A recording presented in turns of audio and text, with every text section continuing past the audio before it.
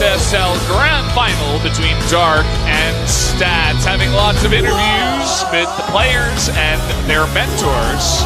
Flash is just so damn good at interviews. His interview there, just to sum it up at the end, he said, "We're all cheering for you, so let's win." And I guarantee you, Stats has seen this interview. He knows everyone on KT is behind him, but it's his opponent, Dark, who's on match point. Somehow he's got to win 3 in a row. Even with all of KT behind him, I'm not sure it'll be possible here, Wolf, because Dark, he's got everyone from SKT behind him, and he's already up 2 games and on match point, and we're going to Central Protocol. This is a map we do not see, Wolf. We've seen it, what, once in StarLeague? Yeah, we saw it once, and it was because Stats forced Game 7 versus Solar. It was, I think, Game 6. Arena was Game 7, so Stats won a map on here to defeat Solar, and actually that's how we got to the finals. He can deal with this map. It was a map that's very highly vetoed, a map these players haven't practiced as much as the other maps. Yeah, it's going to be a tough road here for Stats, but if he can win this one, he definitely can move on to the maps that are left. So there is some hope left. If he can win this one, though, he's got to win this, 2 more, and then possibly we'll take that finals. But Dark looking primed, looking ready, in the best shape of his life on that stage. So let's go into game number 5 right now.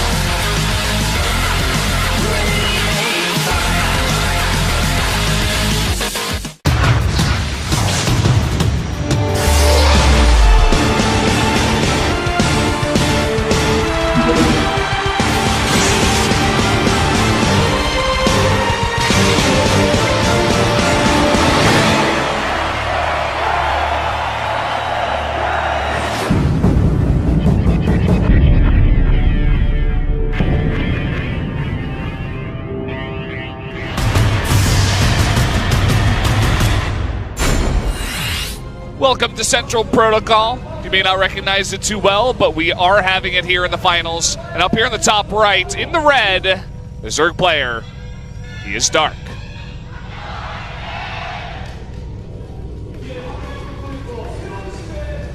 So many cheers from the fans, so many people coming down to cheer for him. There's Myungshik.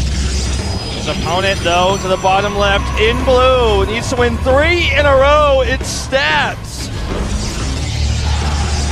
Huge cheer for him as well. KT, as you mentioned earlier in this finals, is the biggest group of fans for StarCraft. They have the most vocal fangirls, the biggest fan club, and they are very much cheering for him here. They want him to come back. It will take a miracle, but hey, miracles have happened in grand finals before. Now, yeah, this won't be the first time. You mentioned the map. It's crazy to think that in the grand finals, on match point, Stats, who waited 8 years for this moment, could be defeated on a map that we saw used in this tournament 1 single time. And that's why, looking at the map list earlier, it's so important to get ahead, because you don't want to be in an unfavorable matchup when your opponent's on match point, a map that you are the only player in this tournament who's ever played 1 game on it, okay? 1 game, the whole tournament, it's been vetoed by everybody else. And it makes it here into the grand finals as we go into game number 5. Yeah, it's pretty unbelievable. You have to imagine that players coming into this one, especially Protoss players, are like, nope, I'll just ban that one out. That or Priam Terraces. This is what we saw a lot in terms of the bans from the Protoss players in this group, or rather in this tournament. And, you know, Stats, you definitely have to do some extra practice on this map. It's another very, very big map. Long rush distance, especially spawning here at cross spawns. Stargate. We're now 5 for 5, Stats opening Stargate. Has 2 gateways of Adepts this time, though, for a little bit of extra pressure. Unfortunately for him, he is cross-spawn, so won't be able to use them very easily, but still, with a double Adepts, he's going to be able to save his Probe's life at the start of things, maybe force some extra lanes. Dark already going into Overlord speed again. Yeah, I mean, I'm not so sure if he'll go into main lane drops. He's done it 3 out of the 4 times that he wasn't, you know, all-inning on Arena, of course.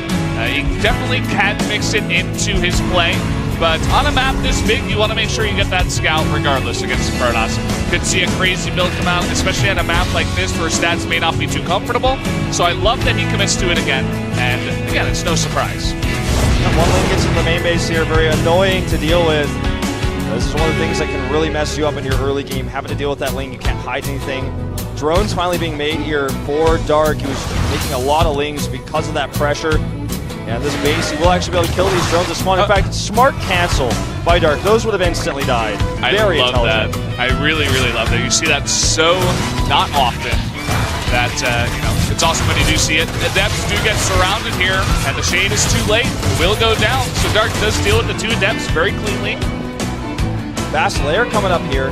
No evolution chamber, no baneling nest, so already a variation here from what Dark is showing us. Although, as I say it, there's one half. Where's the baneling nest? There it is. Once again. And I mean, he's been pretty consistent with it. This is the style he wants to use on this map. So we will be seeing it again. Now, there are a decent number, especially with that outside third base. There's a lot of angles that Dark can come from with the baneling drops. He can even like try to roll in the banelings if Stats doesn't set up a good city at that third. Yeah, it's a very exposed third base. There's 2 different angles you can attack from, the north or the south. It's very far away from your natural. And Dark is already securing his third base. With Overlord speed, a little bit easier for him to defend against his Phoenix harass. He does not have that Spore ready yet. It's almost done, and once it finishes here, once it pops, the Phoenixes will have to go away. Now linking up together now, struggling to find damage here. Yeah, maybe a drone or 2. Just pick off 1. And already, here we go once again. Drop Overlord being morphed. 4 banelings in position. He's going right for that third. It'll be interesting. Maybe he'll wait and not go for the third. It's kind of early. He could also go for the natural. I think you can slip on by on the very left side of the map. Looks and like just get into the natural. He just wants to wait until the Phoenixes are visible before he even comes in at all. Phoenixes are seen here, then he turns the Overlord around. Just keep an eye on that on the minimap. And for the first time in the series, we see a Hydralisk den. Hydralisk range is on the way, so a different unit composition altogether. Now, this Overlord looks like a scout. If he doesn't drop anything, Stats is looking on the other side of the map. There's no probes, as you mentioned, to kill here. Maybe he's just going to wait until they group up like this. It's He kind wants of a bigger interesting. target. Yeah, I thought he would go straight for the natural because there's just not much at the third. But I suppose you can't see everything like we do. And now there are a bunch of probes, but there is a lot of defense. Needs to drop these. 1 goes out, 2 goes out. Gets a hit on the Adepts. They split the cannon, and the split of those 3 Adepts in 3 different directions will clean this up. Despite the Hydralisk range, we see +1 attack for Lings, and of course for Banelings. So really interested to see what kind of comp we make. Most Zerg players are going Lurkers in this matchup. Dark is the only one who made his own way. He's taking his second road of the 2 roads here down the Baneling path. This is really interesting. It looks like he wants to mix it up on game 5. What a weird spot to mix it up. I mean, map is going to be interesting. There's still a lot of space, so the Ling composition is still nice with all that mobility. But if you can get the Hydras in position and even get into Lurkers, that third base is very hard to hold for the Protoss. We saw him, in Pro League matches. I got to go back to this. Use Hydra Bane. Solar did something similar, where you Hydralisk and Baneling. The Banelings cause force fields to go down, and then with the force fields down, it's hard to fight the Hydras because they have better range, and they just pick everything else off. The Zealots go down to the Banelings, the Hydralisks finish everything else off, and it's a very tough composition to fight. Especially when there are so many Protosses mixing, at times, even double Immortal production into their composition, and that's exactly what we see out of Stats. So once the Banelings get in, even if they do or do not get in, the Hydras are going to be shelling from behind those force fields, as you did mention.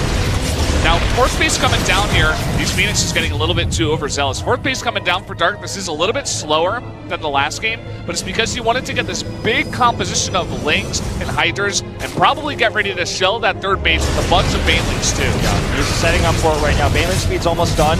He's also going to have +1 for his Banelings. A huge group of Lings just morphed right now. He's going to have about 55 or so coming across the map. Centrifugal hooks very close to being finished. The Baneling morph has started here. And he can use, of course, the Overlords. If he brings any over here, the Overlords can drop Banelings on top of this army. He doesn't have any nearby right now. 4 sentries being warped in right now. He needs to ward off this defense, and here come the Banelings into the third base. Doesn't even notice. Doesn't look like it. There's no split. It's too late. That's Baneling speed on these. And the force field is light as well. Only gets 5. But look, this gives him a good position with his Hydras. Really nice position. The Protoss is forced into this corner, and here come the Banelings again. We're in the force field. Really nice force field this time. He keeps all of the Banelings away, but again, the Hydras in a perfect concave out here, and even some Banelings getting through. Oh, good force fields, but the Zealots are all going to go down to the Banelings regardless, and now it's pure Hydra versus Immortals. Most of the barriers are on cooldown, but Stats will survive for now. Just barely survives with basically only his Immortals. Gets that one more or less a nice pick off there. But again, he kills more probes rather, but Stats does hold on, and that was a big commitment by Dark. Yeah, finally, force fields come down. And that's the key here. He's got an Archon drop morphing here. Looks like he didn't have Storm earlier, wanted to do a Psystorm drop. He's going to do an Archon drop instead. 2 Archons going to go over here and could do some serious damage to the mineral line, especially versus just pure Lings on the ground. Not a single Hydra left anymore. Especially when there's so much craziness going on in the game, right? There's Lings running around. That huge attack just happened. Phoenix is trying to get the position, snipe Overlords. Dark is trying to defend, but all the while, is he going to expect that drop coming in? Looks like Stats is going to wait on that for now. He's taking the 4th base too. He wants to just defend here. All right, here we go. Here comes that double Archon drop. Baneling's going to come in at the same time. Let's see how these two react at the same time as they're attacking and defending. Looks like these Banelings will connect. A bit more for the Zealots with these Archons, and Pure Ling is going to have a hard time dealing with this. And he has only Pure Ling. He has 4 Banelings right now, and I don't believe they are with this composition. He's going to snipe the Hydra Den for free here. Down it goes, and that means no Lurkers anytime soon if he was ever planning on adding those. The Archon's going to get into a good position here between the base. It looks like he's just going to save them instead. A very good trade for Stats, who sets up an attack, can send this very Warp Prism back home to defend. Or rather, sorry, back to his army to reinforce. Yeah, look at this. Baneling drop comes in, and amidst all of the action, he is ready and waiting. He does move all of his probes into safety, and all the while, it looks like he has backed off with the majority of his army, but he sends the Phoenixes, tries to do some harass damage, and he just wants to go into a longer game here. No sentries, not a single sentry in the unit comp for Stats right now, and it's going to be Banelings he faces. He still has a solid army. It's much bigger than what Dark has. He has these Archons, he has a lot of Immortals, but Dark is in a tough spot right now in this game. He's trying to transition. He has a huge gas bank. He's trying to get those Ultras out. Oh, he's going to force that. Really nice targets there. Doesn't get it. No, he gets away. Really, really nicely done. He's unfortunately not able to follow up with any more aggression there, but at least does save the Warp Prism and the Archon. All right, base over here not spotted, funny as it is, by those Phoenixes. More and more cannons being added here. I think this is kind of a sign of things to come. Stats planning on doing a follow-up attack soon. Once he hits max, he's getting close. He is about to have +3 attack as well. He's got Storm, he's going to have +1 armor. This is going to be a smart window of time where he can hit before the Broodlords are ready. I thought we were going to be seeing Ultras, but with the Spire coming up here, looks like it might be the other way around. Yeah, I really like Stats' position right now. As long as he can hold on here, doesn't take too much damage from the harass, add in some more cannons, make sure you're okay. He's already got 4 here in the 4th. He's not dying to any Baneling front buys or anything like that. Just get your army up, get your Storm, and prepare to attack. It's always so funny to see charged Zealots versus Banelings. They charge to their death. And this base is scouted now finally. He may actually commit to attacking it. Looks like that's the angle of attack he's taking. No, changes his mind. The Phoenixes here know there's no mining, so maybe it's best to just attack from where your opponent's counterattacking you. Even with all these cannons, those Lings can do damage. A bit of an indecision from Stats as to where he wants to attack on the map. You can see he's moving to the right side, to the center, to the top, keeps running back and forth. And he's not committing yet. He looks like he wants to get more upgrades. He's getting +2 armor. He's getting shields now. Oh, look at this. Warp Prism coming in, and he should be able to snipe this base if he warps in a bunch of Zealots. There's no defense over here, and cutting Dark down to 4 bases is going to be really key in this fight. With an Archon here as well, even with Lings and Banelings coming back, it's so much more difficult to defend. And look at this, even with all this army coming over, just way too slow, way too late. Naturally, he is sniped. He could save that Archon if he controls his Warp Prism, or he can absorb Baneling hits with it. Works decently well also, but moving across the map, Stats not confident to take a fight yet. This is giving Dark time to get that Broodlord tech online. Yeah. He's getting his own Tempest at home, but still, Dark is like super comfortable right now. He's so glad that Stats is not attacking him. I mean, we saw the way it worked out last time on Orbital Shipyard, but of course Dark was in a better spot in terms of his economy. He had a much faster VIP. It was up in mining. He had the gases there. So it is going to be a bit harder for him to transition and get all the units that he had in game number 4 out here, or game number 3. I'm not sure exactly which one it was, but it's still going to go into that very late game where Dark seemed to have an advantage. 52 Banelings on the map. Imagine that. I would never see that in contemporary Starcraft EVP. Everything just disappeared. 2 stars. Oh no! More Banelings being wasted here as well. He's got a lot of gas, but he doesn't have infinity gas. And here is going to be the moment where we finally see the first attack. Attack goes down. Barriers up on the Immortals. He hits a ton of the High Templar in the back. That's a really nice hit, even though it doesn't seem like he has much else. That was a really big one. There's only one High Templar left over. He needs another good fight. Look at the bank of minerals for Dark. It's very low. He doesn't have that 5th base, or rather, his 5th base is dead. He has 4 bases up right now, but many of them are mined out. His economy is weak. Stats has taken the top left. He's taken that new base up towards like the 11 o'clock, and those haven't been dealt with. And Stats has a much better economy as a result. Look at this now. Triple drop into the 5th base location of Stats. Yeah, and it's up on the high ground. Those units are actually going to have to make a tough choice whether to come back to defend or not. Looks like the answer is no. This base with +3 and Adrenaline Lance should go down, even with the 4 Zealot Warp, and he just right-clicks on it, and down it goes. Not enough. These players trading bases. That's really good. Getting that snipe is huge for Dark because right now he's really struggling to get his own 5th. And you can see only 2 Brewlords out this time, 3 Corruptors. It really does not look like he's got the same economy. All the while, his Protoss army is trying to threaten the Zerg here with an attack. Maxed out. He's trying to build a better army. He has 8 Archons. I don't even want to tell you guys how many Banelings it takes to kill an Archon. It's a lot. They're psionic units. They're not liked. And they have 350 shields, plus the fact that he's going to have +2 shields very soon for those Archons. So Baneling's not very effective versus this comp. He's also got 5 Immortals with barriers and Psy Storms. Dark isn't ready to fight yet, and he wants to avoid that as long as possible, do these harasses, do these drops. You can see how important this 5th base is. He's like, okay, I need about 20 Banelings for the defense. I'm not messing around. I don't care what you've got in that Warp Prism. It is not killing my 5th because I need those gases. I need that mining right now. Dark had for the longest time 1,500, 1,600 gas. He didn't have a good gas economy, but he was waiting to decide what he wanted to spend that gas on. And as it turns out, he's committed to the Broodlord tech. But guess what? Scouted now. 4 Tempests are on the map, and he can just continue to poke forward here with those Tempests, adding additional Stargates. The Mothership is almost done. He's ready for this. And Dark, I don't know how well he's going to get a trade with this army, and he needs to continue to win trades. Oh, look at this Archon defense for the Lings. Yeah, this is really nice. Getting those into position. Looks like Dark, in fact, is just going to fight. And, you know, the Archons do attack slow, so if you don't have that much support for them, it does make it a bit harder, but not enough Lings up there. The Archons do defend. Baneling's going to trade out against those Zealots, eliminating some of the defense here for these units. Rather the support for these Archons, I should say, and Tempests and Immortals marching across the map. Ultra's Cavern is nearly done, but with all these Tempests plus the Ultras, I mean, that's not even going to be that good of a counter to what Stats has built either.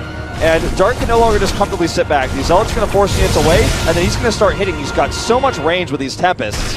I love how comfortable Stats looks in this game. His defense has been on point. His drops are just non-stop. You can see the mining once again stopped at that 5th base, and that is so key for Dark. I keep saying it, but Stats just keeps hitting it. He moves forward, forces Dark to react by bringing his army to the middle of the map, and then he drops at the same time. Still no answer for the Warp Prism.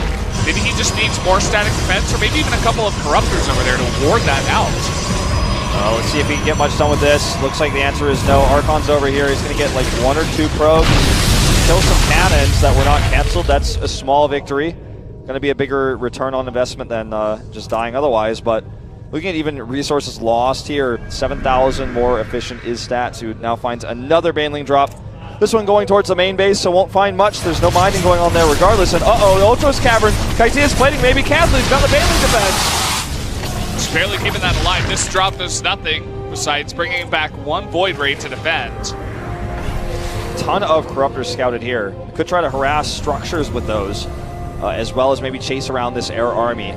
He's going to want to avoid the Archons and Storms, of course, but Stats remaxing into Void Rays, knowing that that is going to be the answer here.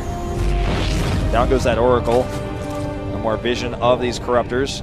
And once again, Stats threatening here at the front. Mothership going to help out. Does Dark have the necessary detection? I haven't seen too many Overseers. He's only got 3, and they're not grouped up. He needs to get that over here unless he plans on trying to focus down the Mothership first, which he didn't do in that last game. Drone depot is spotted, and this is going to be dead. All of those drones and the hatchery will die. This army is too slow to save them. Look at this.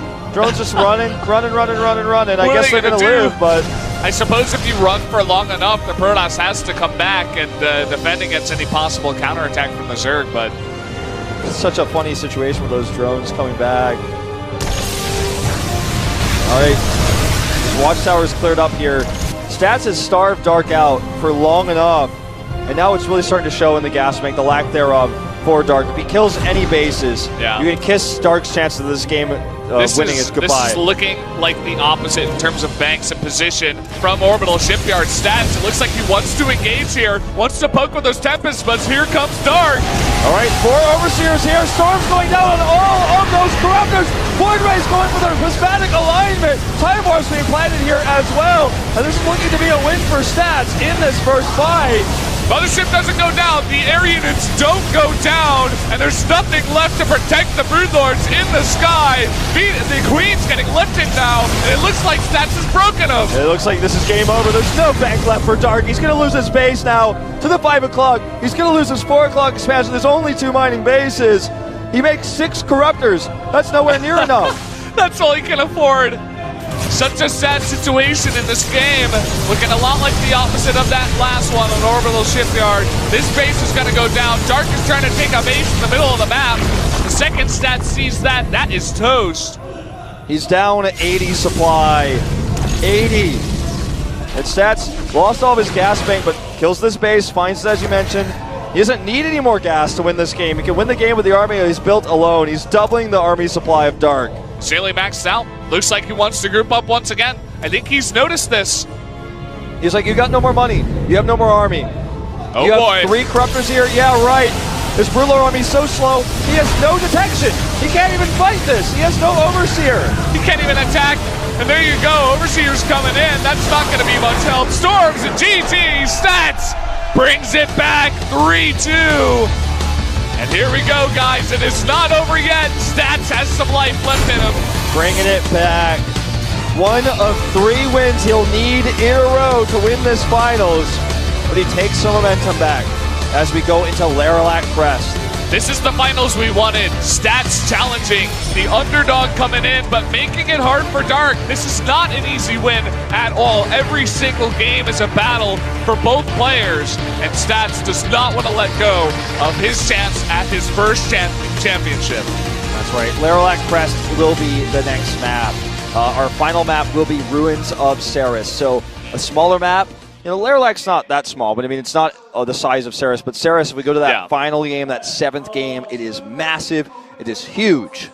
And that's what we want to see. All the macro games so far, Orbital Shipyard and that one we just had on Central Protocol, were my 2 favorite maps. You know, I love the aggression out of Dark, the Ling Beam plays, but seeing these 2 players go to the late game, their skills really come out where they can go head-to-head and decide who is the better player after all when you're getting up to 5, 6 bases on both sides. What I worry about for Dark in this series is now the momentum's taken away from him, right?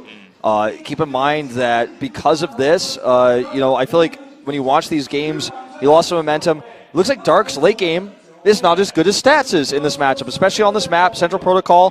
He lives, he builds an air army. We saw him in one of those games, he didn't have a bank, but he still won the air fights. He knows how to build the comp to beat Dark. This time he had an economy. He choked Dark out. I mean, it's kind of interesting. It's like Central Protocol actually helped Stats in that one because once he defended on 3 bases, the 4th base was so far away from Dark, Dark could never really attack it. He tried to so many times. Lings, Banes, there were 4 cannons, and the army was right there because the 3rd and the 4th are very, very close. So he just defended. It was not quite the same battle as on Orbital Shipyard because the 4th base, it's out there, it's near the 3rd, but there's so much harass potential in the main. And I